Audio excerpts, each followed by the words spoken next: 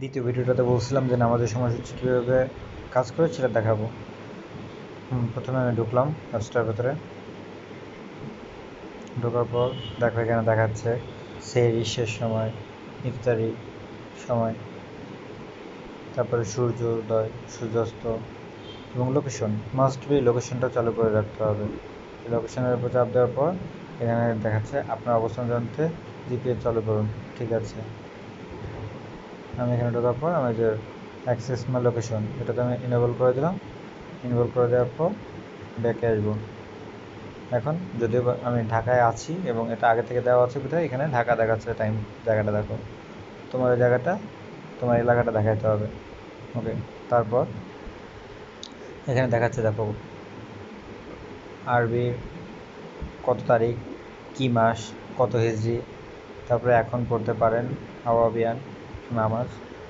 এই যে 6:55 পর্যন্ত যে নামাজের রক্ত, এটা 2 মিনিট 7 সেকেন্ড বাকি আছে। এরকম পর্যায়ক্রমে ফজর, ইশাক, জোহর, আসর, তারপর মাগরিব, আওয়াবিয়ান, ঈশা, তাহাজ্জুদ, প্রত্যেকটা নামাজের টাইম দেওয়া আছে। তুমি এই টাইমটা ইচ্ছা করলে সেটও করতে পারবা। তারপরে এখানে দেওয়া আছে যে আজানের ধ্বনি, আজান দেখাচ্ছে। এটা হচ্ছে আমি দিয়ে রাখছি যে যখন নামাজের সময় হবে তখন একটা নোটিফিকেশন দেবে, সাধারণ একটা নোটিফিকেশন। এটা সেট করা যায় না আজানের আগে বা পরে। এর উপর চাপ দেওয়ার পরে যে দেওয়া আছে ফজরের অ্যালার্ম প্রতিদিনের জন্য সেট করা আছে। এখানে আমি অ্যালার্ম ডিলিট করতে চাই নাকি আপডেট করতে চাই। আপডেট করতে চাইলে নিচেটা চাপ দিতে হবে। চাপ দেওয়ার পর এখানে দেওয়া আছে সাধারণ অ্যালার্ম, আজান, নোটিফিকেশন। আজান দিয়ে রাখি, আজান দেওয়া যায় বেটার। তারপর হচ্ছে আগে না পরে, কত মিনিট আগে পরে, সেটা হচ্ছে এটা দিয়ে আগে পরে টাইমটা করা যাবে। 30 মিনিট পর্যন্ত দেওয়া যাচ্ছে, সর্বোচ্চ অনেক সময় পর্যন্ত দেওয়া যাবে, 100 মিনিট পর্যন্ত।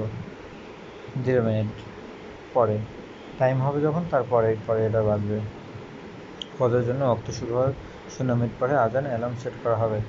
প্রতিদিন সেট করুন, এনেবল করে দিলাম, তারপরে সংরক্ষণ করুন। হয়ে গেল।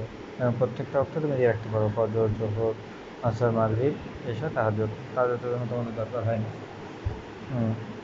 বিশেষ করে দরকার হয় না ইশরাক আর হচ্ছে আওয়াবিয়ান।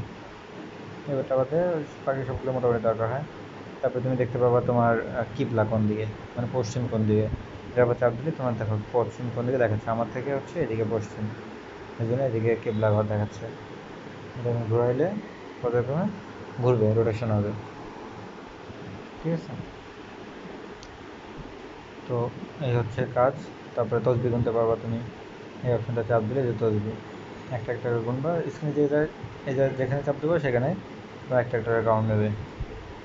ঠিক আছে, আবার পুনরায় গোড়া থেকে আসতেছিল, এটা চাপ দিলে গোড়া চলে যাবে। ওকে, এই ছিল আজকে এটা কীভাবে ব্যবহার করতে হয় সেটার বিষয়। ওকে, আল্লাহ হাফেজ, আসসালামু আলাইকুম।